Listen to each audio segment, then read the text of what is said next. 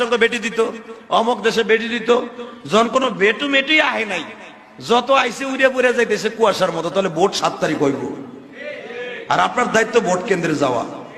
আপনি যাবেন ইনশাল্লাহ। বলেন কার লাগিয়া বন্ধ বাড়ি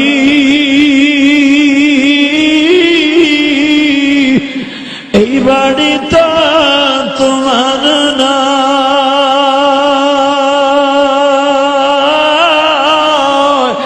সাড়ে 3 হাত জাগা বাজান সেই বাড়ি তোমার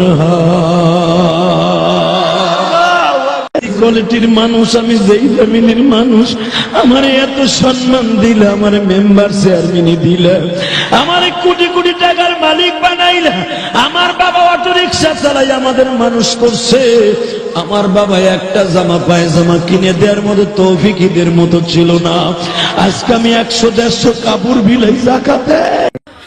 শায়েখ ইলিয়াসুর রহমান জিহাদি হাফিজাহুল্লাহ হযরতের নির্মাণাধীন বাড়ির কাজ পরিদর্শন করছেন। ডিজাইনটি খুবই চমৎকার, মাশাআল্লাহ। খুবই ব্যতিক্রম ধর্মী চমৎকার একটি ডিজাইন, মাশাআল্লাহ। কেরানীগঞ্জের কোথাও আমার নজরে পড়েনি, তবে ঢাকার অন্য কোথাও আছে কিনা আমার জানা। মানে প্রধানমন্ত্রী যেভাবে কইছে, যদি তার কথা সত্য হয়, কোনো কারচুপি হওয়ার সম্ভাবনা নাই। আর ওই বই কেমনে হেরাই তো সব দরকারও নাই। অতএব ভালো করে বুঝবেন, যদি বেচারি ভালো কথা বলে থাকে 100% ভাবে ভোট দিতে যাবেন। আর খারাপ কিছুই সে করে নাই, আমি দেখি না খারাপ কিছু করছে। যদি করে থাকে তার ফসল হে দিবে আল্লাহর কাছে।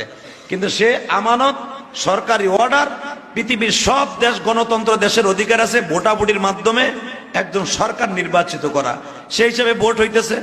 যদি ভোট না হইতো, জাতিসংঘ বেটি দিত, অমুক দেশে বেটি দিত, যখন কোনো বেটু মেটি আহে নাই, যত আইসে উড়ে পুড়ে যাইতেছে কুয়াশার মতো। তাহলে ভোট 7 তারিখ হইব, আর আপনার দায়িত্ব ভোট কেন্দ্রে যাওয়া।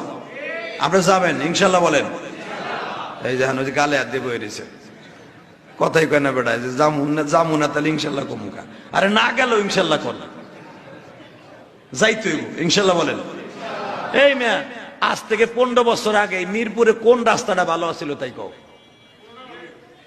রংপুর আলারা কইবা, বগুড়া আলারা কইবা যে আমাগো রাস্তা আগে একবার স্বর্ণ দিয়ে বান্ধানো ছিল। 15 বছর আগে আমি ইলিয়াস রহমান যদি বগুড়া গেছি, এখনো বগুড়া যাই। কথা কন না কেন? 15 বছর আগে আমি নোয়াখালী গেছি, এখনো যাই। তখন আছিল 1 লাইন, এখন হলো 4 লাইন। উন্নত হয় নাই? তা উন্নত যদি হয়ে যায়, তা বেচারি কি খারাপ কাম করছে? কি দেবেন ভোট?